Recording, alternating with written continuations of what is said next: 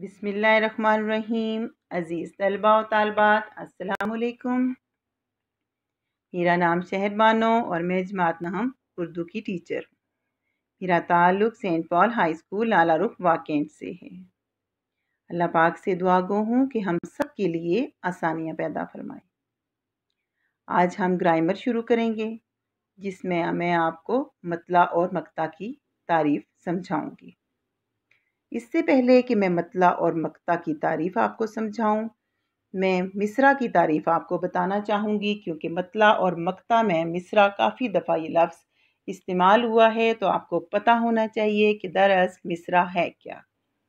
تو مصرع کی تعریف کچھ اس طرح سے ہے۔ شعر کی ایک سطر یا لائن مصرع کہلاتی ہے۔ جب دو لائنیں ملتی ہیں تو وہ ایک شعر بن جاتی ہے۔ جب یہی 4 لائنیں ملتی ہیں تو بند بن جاتی ہیں۔ تو شعر کی ایک لائن یا سطر مصرع کہلائے گی، اور ایک شعر جو ہے وہ 2 مصرعوں پر مشتمل ہوتا ہے۔ اب میں آپ کو مطلع کی تعریف بتاؤں گی۔ تو مطلع کے لغوی معنی اور اصطلاحی معنی کچھ اس طرح سے ہیں۔ مطلع کے لغوی معنی: دراصل مطلع عربی زبان کا لفظ ہے، جس کے معنی نکلنے یا طلوع ہونے کی جگہ یا ظاہر ہونے کی جگہ کے ہیں، جبکہ اصطلاحی معنی: شاعری کی اصطلاح میں غزل یا قصیدے کے پہلے شعر کو مطلع کہا جاتا ہے۔ چونکہ غزل یا قصیدہ اس شعر سے شروع ہوتا ہے، اس لیے اسے مطلع کہا جائے گا۔ مطلع کے دونوں مصرعے ہم قافیہ اور ہم ردیف ہوتے ہیں۔ جن شعروں میں یہ التزام نہ ہو وہ اشعار مطلع نہیں کہلاتے۔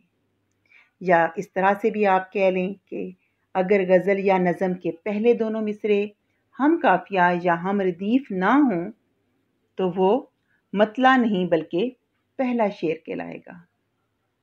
مطلع کی کچھ مثالیں دوں گی میں آپ کو، تاکہ آپ کو اچھی طرح سمجھ آ جائے۔ اس میں نے ایک شعر لکھا ہے جو کچھ اس طرح سے ہے کہ فقیران آئے صدا کر چلے، فقیران آئے صدا کر چلے، میاں خوش رہو ہم دعا کر چلے۔ تو اب آپ اس میں دیکھیں کہ فقیران آئے صدا کر چلے، 2 لفظ ہیں ہمارے، صدا اور دعا۔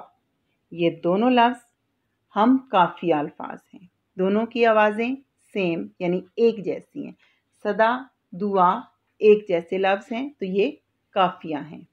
کر چلے، کر چلے، دونوں لفظ ایک جیسے ہیں جو دہرائے گئے ہیں بار بار، تو یہ ردیف کہلائیں گے۔ تو یہ شعر ہم قافیہ اور ہم ردیف کی ایک عمدہ مثال ہے۔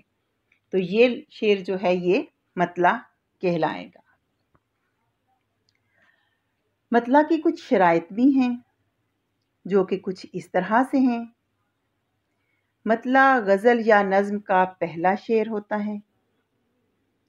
دونوں مصرعے ہم قافیہ اور ہم ردیف ہوتے ہیں۔ مطلع کو غزل کا نقیب بھی کہا جاتا ہے، یا ہم ایسے بھی کہہ سکتے ہیں کہ غزل یا نظم کا پہلا شعر نقیب بھی کہلاتا ہے۔ اگر غزل یا نظم کے دونوں مصرعے ہم قافیہ یا ہم ردیف نہ ہوں تو وہ مطلع نہیں ہوں گے، بلکہ صرف ایک شعر یا پہلا شعر کہلائیں گے۔ جیسے کہ کبھی اے نوجواں مسلم تدبر بھی کیا تو نے، کبھی اے نوجواں مسلم تدبر بھی کیا تو نے، وہ کیا گردوں تھا جس کا تو تھا ٹوٹا ہوا تارا۔ اب اس میں کوئی بھی لفظ ہم قافیہ ہم ردیف نہیں ہے، تو یہ جو شعر ہے یہ مطلع کی مثال نہیں ہے۔ یہ پہلا شعر ہوگا کیونکہ دونوں مصرعے ہم قافیہ اور ہم ردیف نہیں ہیں۔ مطلع ثانی: اگر غزل یا نظم کا یا قصیدے کا دوسرا شعر بھی ہم قافیہ اور ہم ردیف ہو تو اسے مطلع ثانی کہا جاتا ہے، اور اگر غزل کا تیسرا شعر بھی ہم قافیہ اور ہم ردیف ہو تو اسے ہم مطلع ثالث کہتے ہیں۔ اسی طرح